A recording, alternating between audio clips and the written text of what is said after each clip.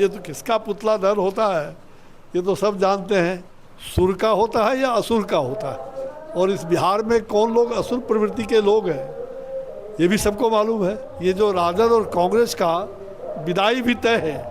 बक्सर की पावन धरती पर आयोजित रामलीला के उद्घाटन समारोह में केंद्रीय मंत्री अश्विनी चौबे पहुंचे। इस दौरान उन्होंने महागठबंधन और विशेषकर राजद सांसद सुधाकर सिंह के हालिया बयानों पर तीखी प्रतिक्रिया दी। सरकार का पुतला दहन हो जाएगा विजयदशमी को। ये तो किसका पुतला दहन होता है ये तो सब जानते हैं, सुर का होता है या असुर का होता है। और इस बिहार में कौन लोग असुर प्रवृत्ति के लोग हैं ये भी सबको मालूम है। तो किनका पुतला दहन होगा ये तो समय बताएगा। इनका पुतला ही नहीं, इनका सर्वस्व जो स्थिति है पूरा ये जो राजद और कांग्रेस का विदाई भी तय है। एनडीए इंटैक्ट है और एनडीए की सरकार फिर से बिहार में बनने वाली है, उसमें कहीं दो मत नहीं। इसलिए इनका संहार होगा और जो पुतला दहन नहीं बल्कि संहार होगा। भाई ठीक है, सारे लोग हैं धरती पर, अनेक दल है, अनेक विचार है। लोकतंत्र में लोक की वाणी जो है सुननी चाहिए। तो लोकतंत्र में राजा हो तो राम जैसा, कैसा राजा हो राम जैसा। आज मैं रामलीला का जो ज्योतिया पर्व है और ज्योतिया पर्व पर बक्सर वासियों को मैं बधाई देने आया था, माता बहनों का। और मुझे रामलीला समिति की ओर से बहुत पहले खबर गई थी और मैंने उनको आश्वस्त किया था मैं आऊँगा। तो मैं आज यहाँ इस कार्यक्रम में शरीक होने आया। घंटों रामलीला का भी दर्शन हुआ, उसके पहले उद्घाटन इत्यादि जो होना था, जो संभाषण। लेकिन ये बड़ा पुण्य की भूमि है। अयोध्या से भी कम पवित्र भूमि बक्सर नहीं है, ये सिद्धाश्रम की भूमि। इसलिए सतयुग से ये भूमि सिद्धाश्रम की भूमि रही है।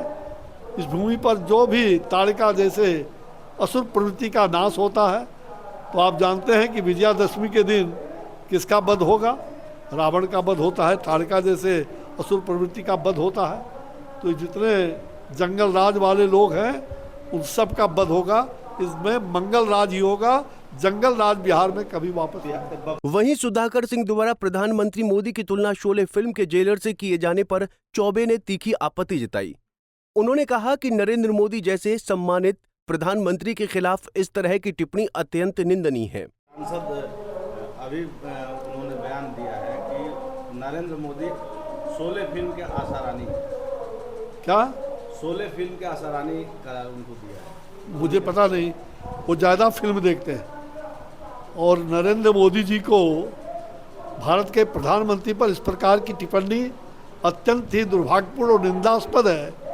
उनको मालूम नहीं, मुझे लग रहा है कि इस प्रकार के सांसद को अपनी मर्यादा में रहनी चाहिए। शामिल होते हैं तो क्या कुछ लगता है कि जहां इंटरनेट के माध्यम से फेसबुक है और आज भी लोग रामलीला को आंखों से देखने के लिए आते हैं, महिलाएं बच्चे दूर भाई स्वाभाविक है। देखो, गोस्वामी तुलसीदास जी ने इसी बक्सर की धरती पर जो ब्रह्मपुर क्षेत्र है, कौन सा गांव, जहां रघुनाथपुर, वहां पहली बार वो आए और रघुनाथपुर में उस जमाने में आए और उन्होंने वहाँ कई दिनों तक विश्राम करके और रामलीला का दृश्य भी वहाँ मंचन कराया। तो रामलीला सच कहिए तो गोस्वामी तुलसीदास जी द्वारा इसी धरती पर शुरू किया गया और आज पूरे विश्व में आज भी रामलीला को स्थान, आप त्रिनाथ जाइए, आप दूसरे देशों में चले जाइए जो मुस्लिम कंट्री है, वहाँ भी रामलीला होता है। लोकप्रियता कम नहीं हो रही है इसकी। रामलीला की लोकप्रियता जब तक श्री राम का नाम रहेगा तब तक रामलीला आगे भी चलता रहेगा, चाहे कितना भी हर प्रकार का ईमेल हो, ई नेट हो जाए, सब कुछ हो जाए, लेकिन लोग आंखों से श्री राम के इस लीला को देखना चाहते हैं। और इसलिए आज मैं यहाँ आया और भगवान का दर्शन भी किया। आज बड़ा अच्छा प्रसंग है, वहाँ कैलाश पर्वत से भगवान शंकर आशीर्वाद देते हैं, तो बड़ा अच्छा लगा। समारोह में उन्होंने बक्सर की सांस्कृतिक विरासत को भी याद किया। चौबे ने बताया कि तुलसीदास पहली बार रघुनाथपुर आए और यहीं से रामलीला का मंचन शुरू हुआ। बक्सर से संजय उपाध्याय की रिपोर्ट। हमसे जुड़े रहने के लिए हमारे YouTube चैनल को सब्सक्राइब करें और नई वीडियो की नोटिफिकेशन के लिए बेल आइकॉन को दबाएं।